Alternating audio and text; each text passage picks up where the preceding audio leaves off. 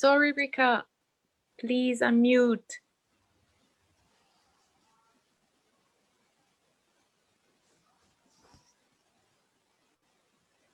So hello, everybody. I want to welcome you today to the second edition of the Green Destination Story Awards. I'm welcoming you today because it's the ITB Earth Award winners and finalists whom we welcome here.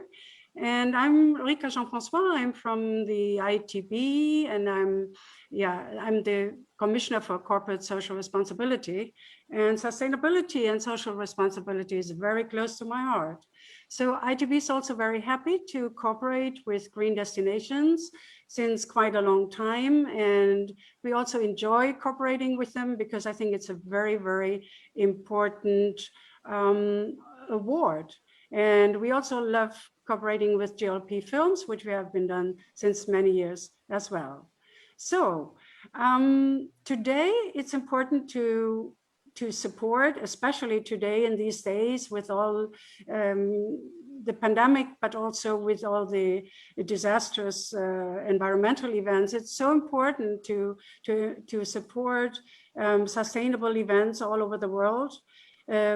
Tourism can be a force for good. We believe in it at ITB, and we all know that our planet is really in danger, and there is no unlimited growth on a limited planet.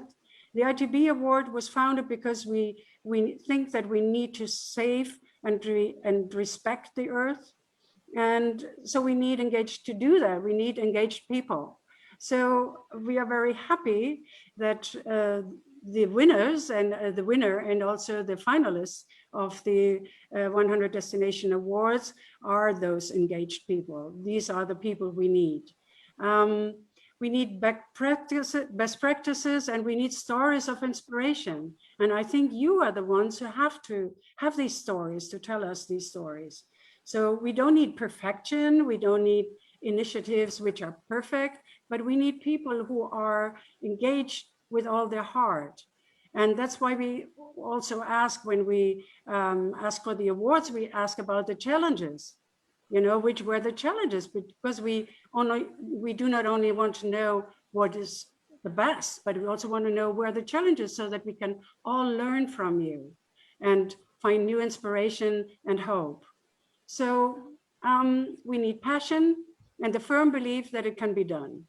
And you are the people who have that firm belief, and that makes me happy. And I'm very inspired to welcome you today.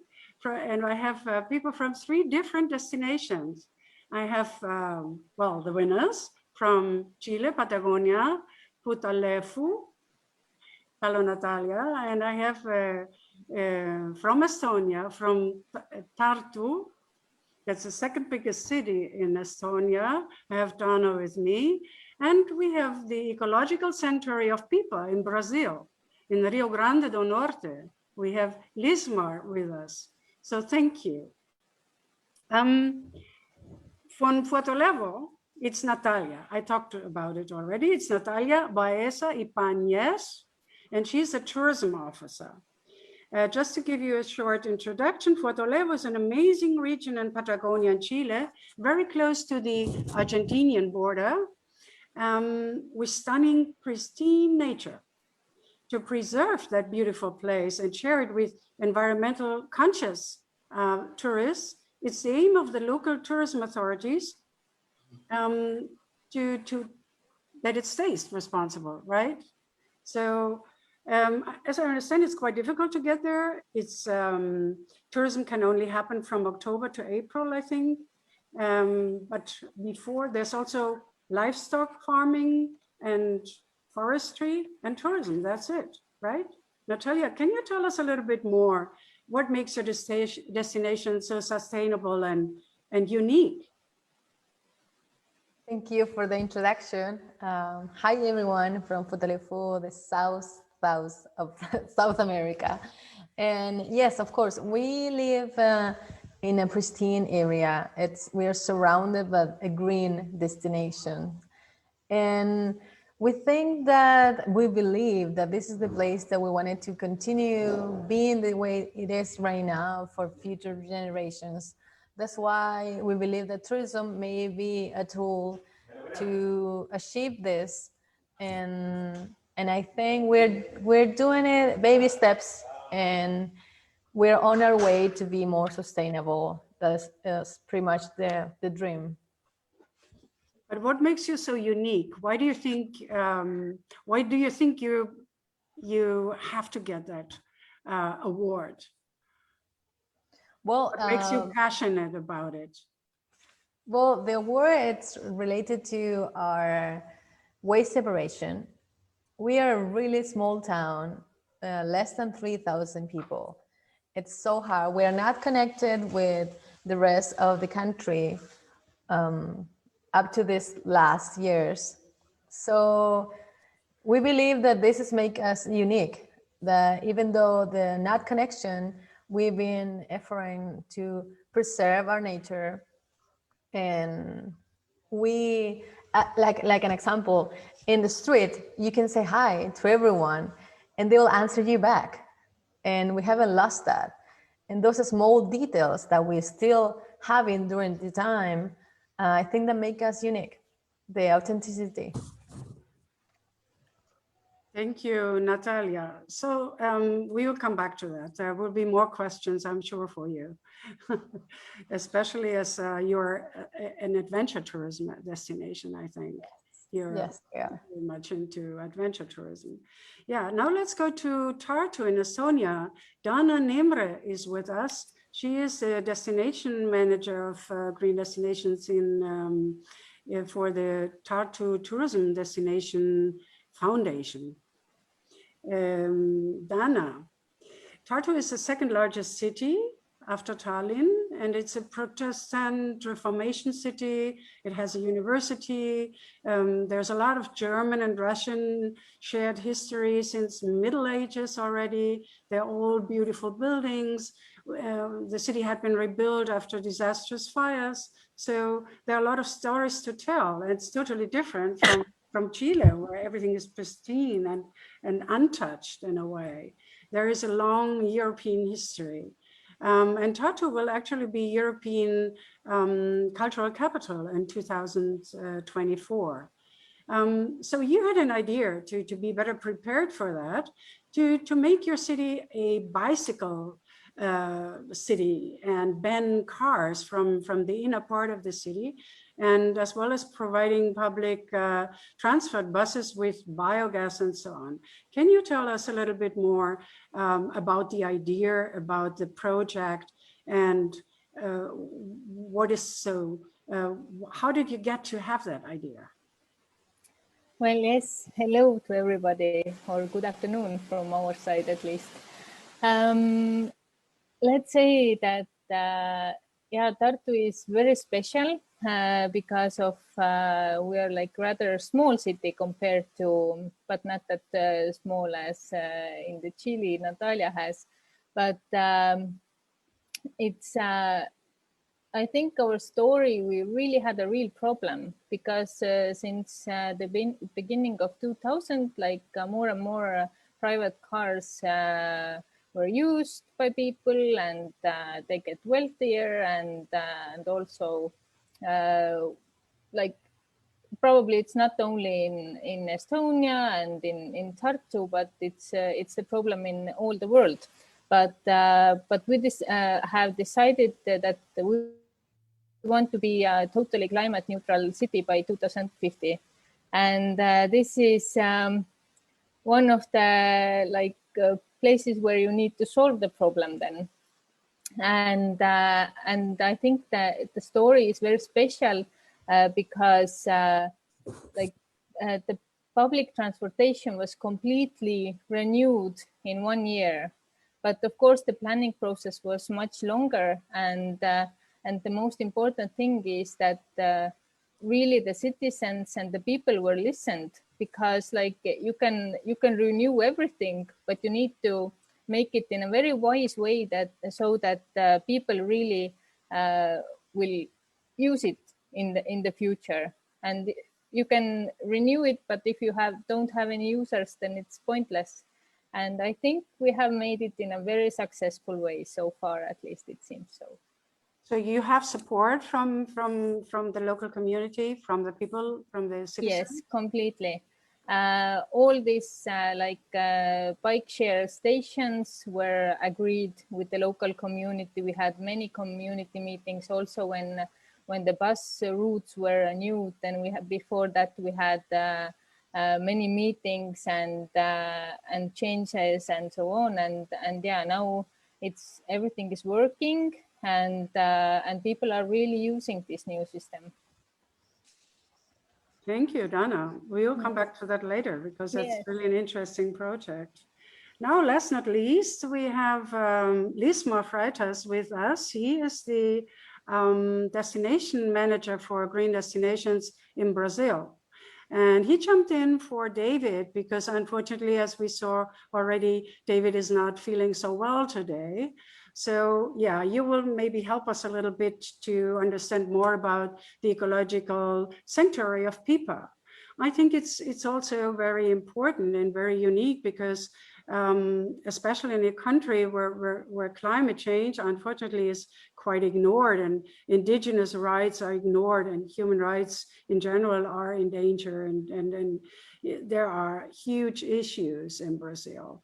And it's so important, especially in a country where all this happens, to have people, to have pioneers working to preserve the nature.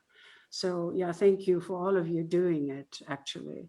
The region is Rio Grande do Norte. That's very, it's a very beautiful area. I happened to be in that area once and I know how beautiful it is.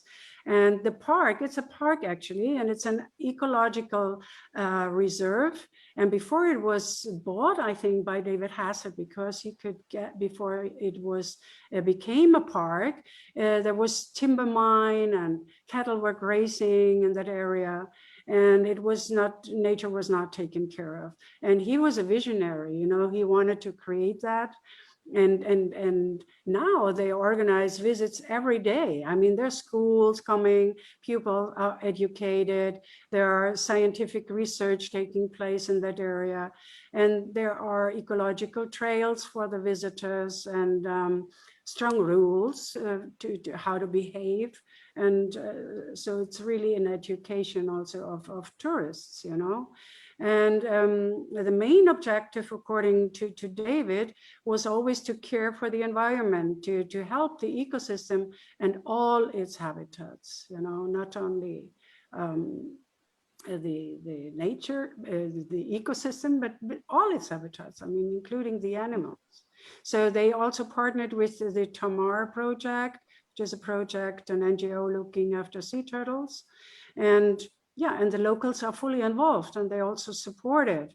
So Lismar, what would you say? How do the people in that area love that unique project and what makes it so unique, this project? Hi, Ulrika. Hi, everybody. It's nice to be here to represent Pão do Sul, even though I'm almost 2,000 kilometers from Pão do Sul here in Brazil. But I have been coaching and training the team to Pão do Sul, and I myself had the opportunity to visit the ecological sanctuary park of Pipa in 2019 when we first began this project with Green Destination with Pão do Sul. And for me, it was a surprise to be there because I haven't been to Pão do Sul before, twice before, and I never heard about the ecological park. And once we were there doing this sustainability project with Pão do Sul, the team wanted to show me that we even have not just the beach, because Pão do Sul is famous in Brazil. It's a famous destination for beach, as most destinations in northeast of Brazil, because the coast, they're famous for the beach. And they want to show me that they had like a secret place. Actually, for me, it's a secret paradise.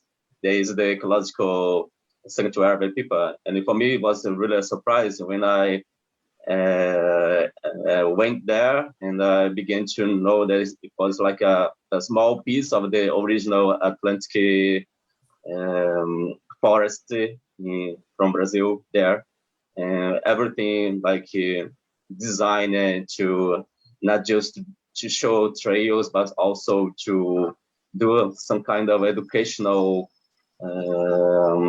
environment and sustainability practices. So for me, it was surprised because it's actually it's 80 hectares of a place. And before it was a ecological sanctuary, actually it was a farm. And the owner, David, the founder, now the owner, David Hasse, has this worry. No, we have to preserve, we have to protect for the future. And he begins to, how can I say, buy other farms around because they knew that in the future, everything would be probably exploited for building hotels, houses. And it's really a surprise because the scenario is like an oasis in the Tibau Sul. And fortunately, now the people, they are very proudly, they are aware and of this paradise. So do you think this is kind of a best practice? Are there other regions who are also like considering we could also do that? Is there that effect in a way in that area? Or Yeah. are people mainly still looking for mass tourism and? Yeah, is Tibau Sul is the other region is they receive mass tourism because of the beach, and I think it is. This project, this idea is really effective. And now with this award, like that, award, that people they will recognize even more the project because it's not something that once you're there in Tibau Sul people is an opportunity, is another alternative of what to do there. Now people. The tourists, the travelers, they are aware that it's not just another option. It's just an option for Tibau Sul, like do a different kind of tourism, sustainable tourism over there. Yeah, so that's good to hear that the awards are actually like helping to proceed, you know, with your project. That also maybe gives some arguments if you argue with the authorities or something. Yeah, that's helpful. That's good to hear. Natalia, I know you wanted to ask Dana a question. Why don't you do that now?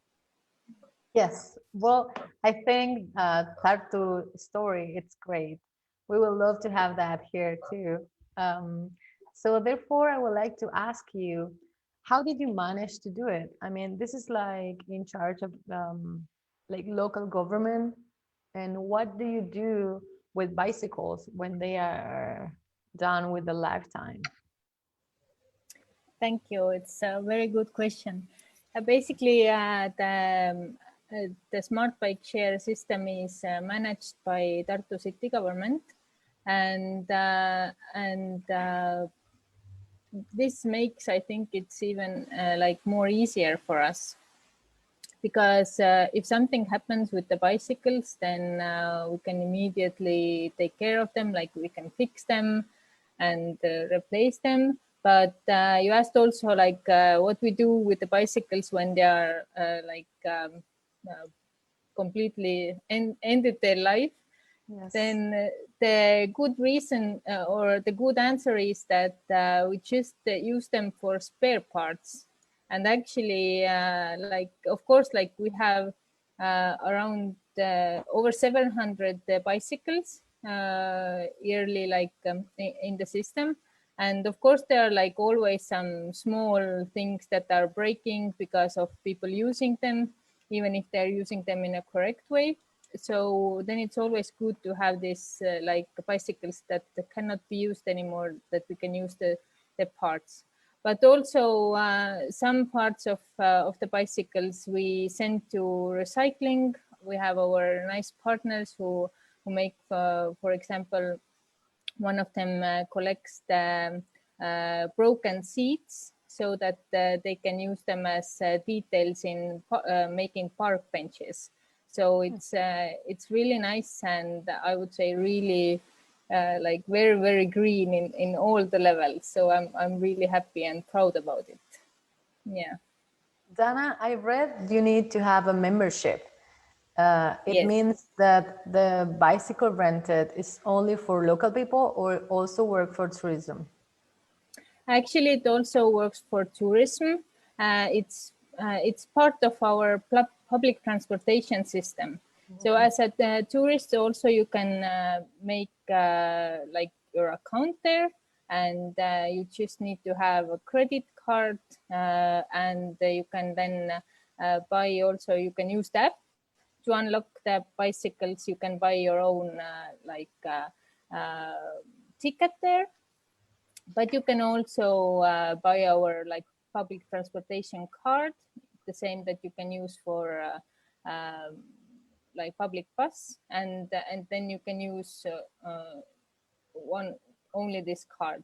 So it's actually very easy, and it's very good that also tourists can use it and explore this whole city without needing to have a car, for example.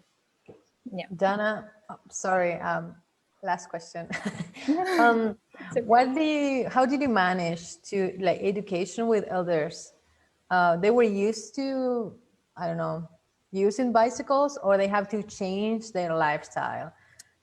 Well, this is really the great question, because I think like it's always when we start something new or switch from something old to upgrade it somehow, then only there's always the question like how to involve also the elderly people and the senior citizens. So in Tartu, the public bus is free of charge starting from age 65.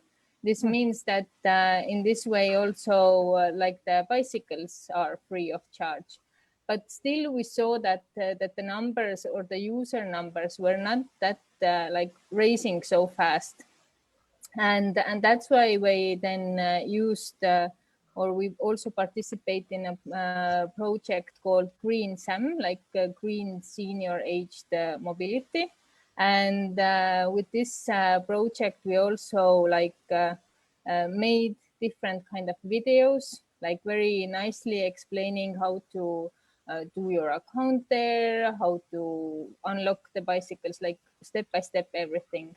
We also made some brochures and also some meetings, and it was really nice that actually some people came to us and said that they haven't been using bicycle in 20 years already, but like maybe you can show us how to use it again, and they were very happy that they got to know it, and hopefully they start to use it again more. But now, of course, we have this COVID situation, and the trainings are not so active. But we hope that as soon as it will be better, then we continue, and yeah, we are prepared for that. Thank you. That's a great story. I would love to visit Tartu now. You are very welcome. And the winter is no problem. I mean, the cold weather. Actually, no. We will collect like the electrical bicycles during the very cold winter months, and but we also have like around 250 regular bicycles, and we just put like winter tires on, and they're still there, and people are very actively using also during winter time, even with the snow. Wow. Yes. So Dana, why don't you ask Lizmar a question? Yes, I was thinking I read the story, and I also thought that are you like somehow collecting statistics about like how many tourists are visiting this area, and also like are you not facing the problem of over tourism? Because at least before the COVID situation started, and this was in very many places a big problem. So yeah, about like, do you know how many people or tourists are visiting the area? Oh, I can say if you, what kind of statistic like Mr. David collected. But in the good practice story, he reported that they receive more or less 100 groups per year. And most of the students, local students, so it's something like a program. About tourists, as I mentioned before, as it's not a famous place, yeah, like it's a secret place. Actually, when I went there with the team of Itibá do Sul, it was very difficult to meet people in the trails. Actually, we meet more animals like monkeys, birds than people. So of course, now with this recognition, maybe it's something that Miss David has to care about, like to limit the number of people daily. I don't think they have this problem right now, even the summer, but maybe if it now has this visibility, they could have more tourists, of course, after the pandemic is finished.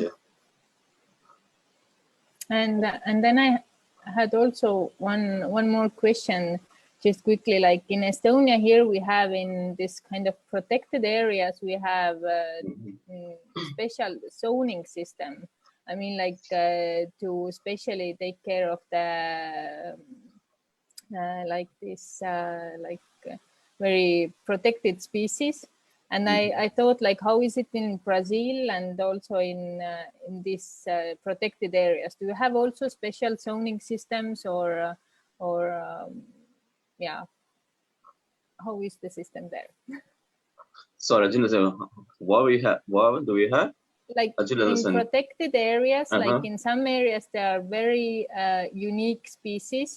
And do you also, like, how do you protect this very unique species? Because when tourists visit to protected areas, to the parks, then maybe they go to the wrong places. So do you have some kind of special system to protect these species? Well, yeah, of course. We have a very good legislation in Brazil to protect the place, see what you should do, what you shouldn't do. Of course, not every place is managed how it should be. But regarding the sanctuary with people, there is this concern about which trails, which ways you should do, not like educational signs, not to, for example, throw garbage, not to feed the animals. So along all the way, there is along all the trails there, so that you could walk it. So even though, like, if you're in the coast side of the park, so there is a cliff. You could, if you try to approach, we could like not only taking danger yourself, but also like have a negative impact in the cliff, for example. So they have all this concern. They have the tourist center in the interest in the middle of the park. So the tourists can not only have this experience with the nature, but also this educational process. Very good. Thank you. Thank you. Donna, do you also have a question for Natalia? Yes, I do. I was very inspired about Natalia's story as well. Like, of course, I must admit that the garbage and the waste management is like the problem all over the world. And it's very nice to see and compare like what is working in one place and what is not in the other one. So, and as the story was about how you were collecting like the recyclable waste and then the like everyday waste in the household. So my question was like, do you really think that that the people would also separate the waste so well if they should really take it somewhere to collecting points themselves also in the urban area? As I understand, in the rural households at the moment, they have to take it themselves to the collecting points, but in the urban areas, they will be like someone is coming and taking it away. So Okay, let's see if I understood it properly. yeah. Well, the project, it's not from now, it's up to 2012, sort of. It started as a pilot idea, and it started in the urban area. And with education first, explaining what is the recycle thing that goes into the different containers. So it took a while to go house by house, because it's a small town, so you can actually go door by door and explaining this to everyone. And once we have that part, we decided to, well, the project goes into give 3 different containers to the different houses. So every day it goes a different container up to where the truck comes, as you said, and pick it and take it to the center, which is in a rural area. It's been working, of course, with the pros and cons, but in the rural area, people have to take their garbage all the way to the center. And it's been, well, that's the main challenge right now. The next step that we are going to give with the rural area, just center the attention there, because there are some, not all the areas in Futaleufú have trails, to go by car. You have to take a boat, or I don't know, a horse, or go like trekking. So there's one place that has been not connected ever, that up to 3 or 4 years from now will have a trail. So you can drive a car and take the trash. So we're so happy for it, because we can send the truck to pick the trash and take it. So yes, it's a challenge. We have been talking about this a lot, but when we started the project, it was not a similar project in Chile. So we use an idea with some different from Argentina, which is like 2 hours from me right now. And we try to use that and make it the best as possible. But the best part is the people right now, like the community, the project is them. They believe in this in every house, or at least a huge percentage of people that live here separated the waste. And it's I don't know, it's like a dream for us, because it was hard. It was super hard. And with the pandemic, we have to exchange the dates and the trucks, and all the health issues between. But the rural is now our main goal, to go in that areas and fix the picking system of the trash. With the organic, it's different, because you feed your animals with it. So most of the organic goes into there. And what we do with the rest of the organic in the town, we make compost. So in the center, all the organic goes there. There's a team working there, and they make the compost. And you can just go with a bag to the center and ask for some compost for your gardening or whatever you need it. It's free for the community. So I think we are going in the right direction, and our main goal right now is all the rural that you just mentioned. So are there also like efforts to avoid plastics and non-recyclables? Is that also within the program? Well, just recently we add with this movement that goes tourism with no reducing the plastic, this worldwide thing. And we just received an email that we enter this program. So we'll have this year to work into how to reduce the plastic. But also when we started the waste system project, we decided as a community not to use more plastic bags in the supermarket. So the main government, the local government, the municipality, gave free to the community a bunch of bags, recycled bags, so they can use it. With the pandemic, it's like a regression, because plastic are now what is pretty much government and the world because you need to not reuse them. But I think this pandemic will end soon, I hope.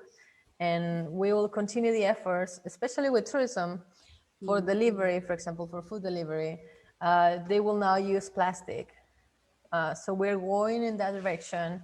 And as I just mentioned, we just add to this movement for we as a destiny, we declare there is a climate emergency. So I hope it works. I hope a community get involved with the same power that they got involved with the waste separation.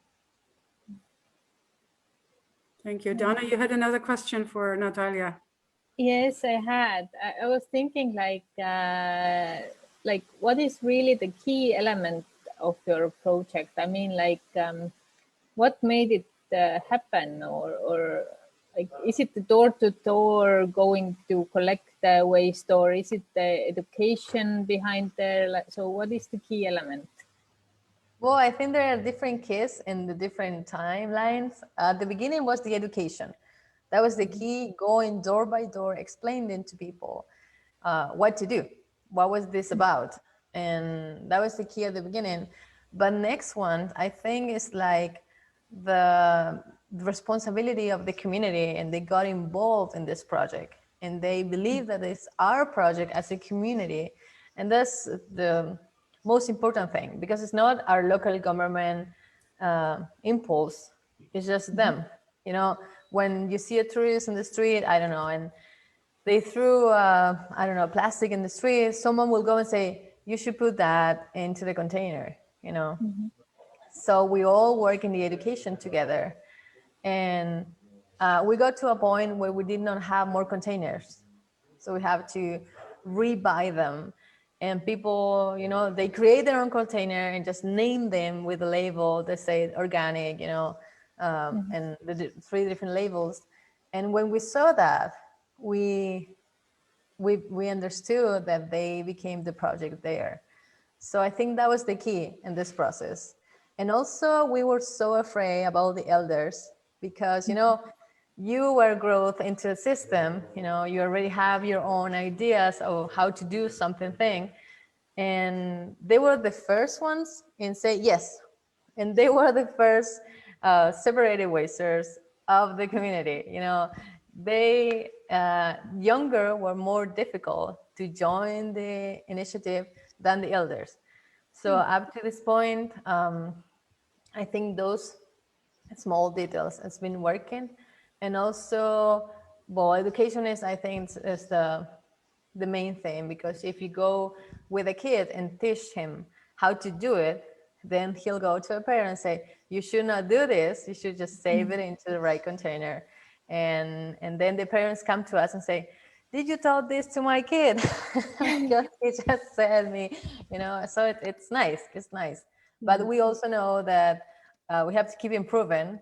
And that's what we are trying to do with, especially with the rural areas, that is our next steps right now. So do you think that this is the main challenge? If we would ask you, what is the biggest challenge you have to overcome? Would it be to get everybody on board, or what would you say is the biggest challenge really you have to face? Well, definitely everybody on board is the big challenge, but not for the community. It's more for the public system, because it's really expensive to have all the trucks and the personnel, you know, the teams to go into the different areas. Even though we're a small town, we're a small amount of people, we are a huge amount of land, so disconnected. So, for example, there are some people right now that wouldn't be able to see this transmission because they don't have internet. So, or they don't have a cell phone signal. So it's complicated. It's a thing that you cannot see it individually. You have to see a project with all the things that involves the whole community. So that's a challenge to see how all the projects that we try to work are connected, and how we can get these urban things to the other sectors that are more far away, all the rural areas. And there'll be maybe someone that lives alone just in the middle of the mountain, and you have to get there. So that's a challenge. But we are so also happy because up to few years, we did not have someone in charge of all the environmental area of the municipality. And now we do. We have a person that he is in charge of it. So the work, it's easier because you can work as a team, not as an individual with so many areas. And well, you guys know that it's so hard to go into more than just one area. Tourism is already big. So we're happy about it. Local governments had understood that we need to work with different professionals, and we're just, I think, baby steps, but we're working on it. Thank you, Natalia. Lismar, what would you say is the biggest challenge in Brazil? I mean, I don't know if you can really answer now for the resort, but in general, what would you say is the biggest challenge to realize, to do? Well, in my opinion, is for the whole Brazil. Actually, we have, like I said before, we have a good environment policy. The challenge is really to really put in practice all these policies to preserve. Most of the initiatives are like local or private owner, like the example of the Miss David. But depending on the government that's at the moment, it can change a lot. So it's always a threat for the environment in Brazil to really preserve it. Now we have Miss David that is in the manager in the front. When Miss David is not, will this sanctuary still be continued? So I think the challenge is not only that have the policy to be really taking place, but also the communities be aware that the importance of them for avoid this kind of threats for the future, to make sure that doesn't matter who is in the front, who has the control, our green areas, we will preserve it for our future. Thank you. And Dana, what is your biggest challenge? Well, I think the challenge is the biggest challenge, of course, is to get as many people to change their private cars to public transportation and use it to make it as comfortable and convenient as possible. But also all these practical challenges. I mean, when we started, there was really we started with 1 to 3 months of totally free membership. And then it was also the summer, and there were very many teenagers riding 2 to 3 people, even sometimes with one bicycles, and there were really problems and they were breaking. So I think it's really challenging when you take something new, start to use something new, and then you get in this practical situation, and also we started with 69 stations, and now by this summer it will be 92 stations, and they're covering all the city, and also some of them will be outside in the neighboring municipalities. So this means that really in the light of this urban sprawl, it's making some changes, but it is challenging, to tell to this person living basically outside of Tartu and coming to work to the center, please then just leave your car at home and rather take the bicycle or bus. So it's the habits, of course. I think it's the challenge to inform the locals and then change their habits. But yeah. Thank you, Dana. I have a question for all the three of you also now, because there are challenges and you try to overcome them and you're in a good way, as we all see. But even though there are challenges, What makes your story so compelling? Or what do you think is, why does your story stand out? What is your own feeling? I mean, we know it, and that's why the jury gave the award to you, or you were finalists, and which is also already wonderful. But what do you think of yourself? Why do you think you're standing out? Yeah, Natalia. It's a big question, because sometimes it's hard to analyze from the inside. There are some things that you need to look from the outside. That's why we are grateful for this award. But I think that the disconnection from the rest of the country within the years, we're a young town. We have 90 years, and all the work that people had to make to establish their life here. Because when the first ones arrived, this was just full cover of trees. You couldn't even walk through this. So all the effort that they put through the years up to this point right now, and we're still not full connected with the rest of the country. I think this is why it inspires us to keep working on this, because we have, as you mentioned at the beginning, we are recognized for the tourism adventure. And we have one of the top 3 rivers for whitewater rafting, whitewater sports. And we have been known worldwide for that. So, I don't know, people that feel the adrenaline up to that point, not always are the same one that take care of the environment. So connect to these things and work with, improve our values, respect our nature, our culture, our own identity that we have been creating through the years. And also in these small projects that, because waste are not going to end, not at all. And it's going to be keep increasing. And as we're being known worldwide, more people have come and established here. So we have a huge challenge as a community to keep protecting what we are, even though tourism tend to sell things. But we are committed not to sell our identity, not to change our traditions through just make an economic development.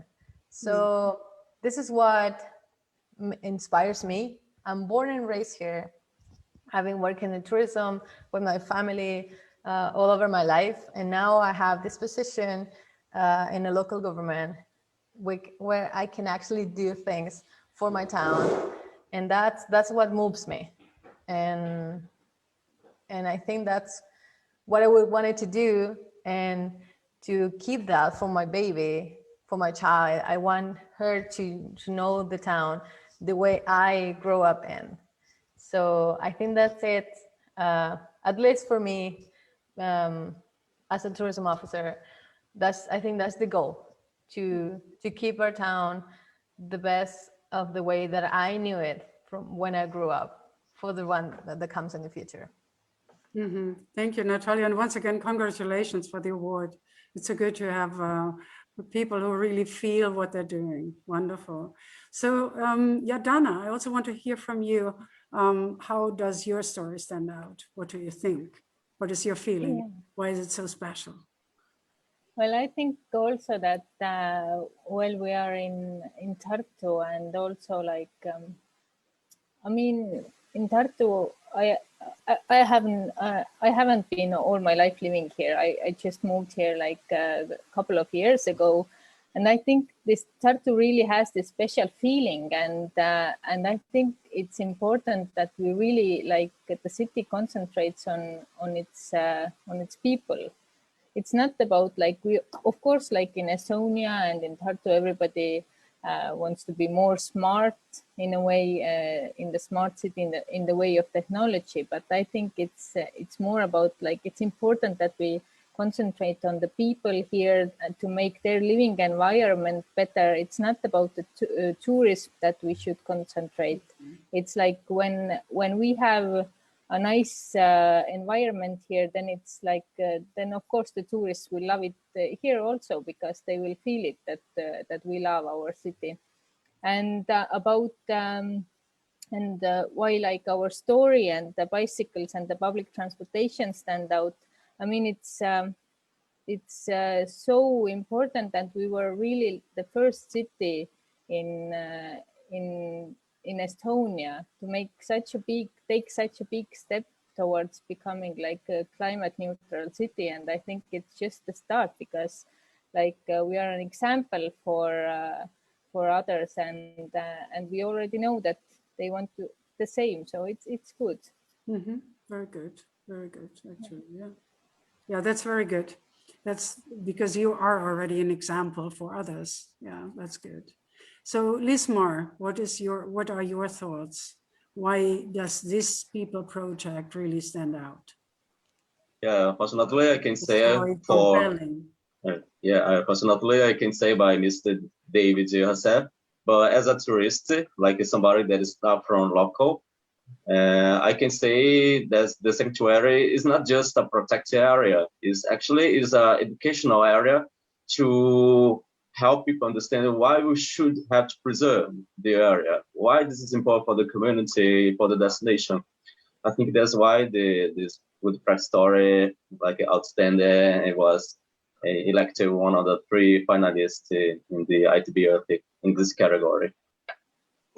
Yeah, thank you.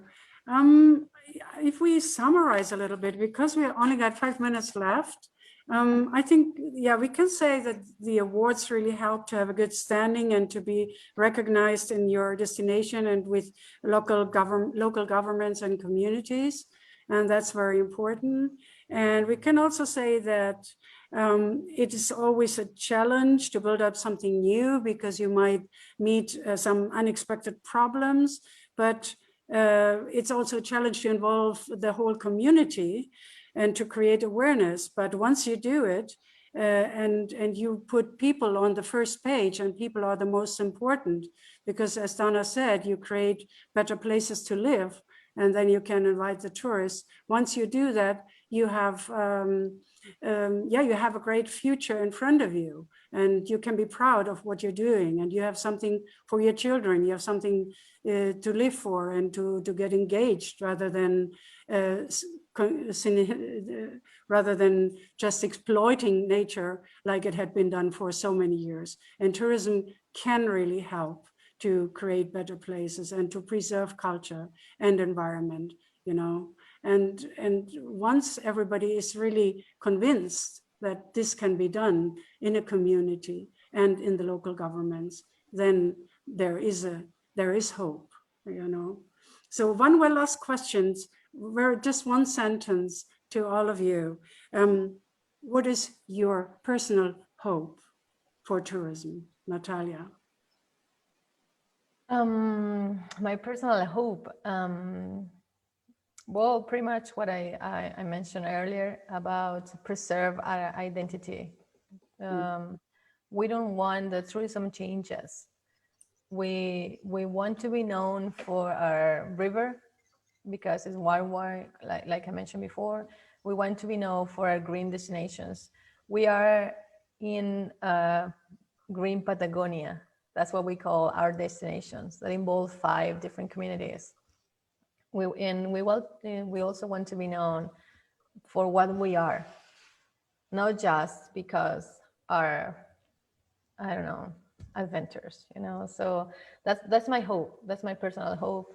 As I mentioned before, to be known for what the Futaleufú people is, for what a Ruth. That's my hope. And I don't want to be intrusive, but I would like to use this minute, if you allow me, because I would like to thank some people. I would like to thank Felipe Vera, his Green Destinations Chilean partner, because he was a super important support for us in all this process last year and this year and the years that will become afterwards. He was part of my education too.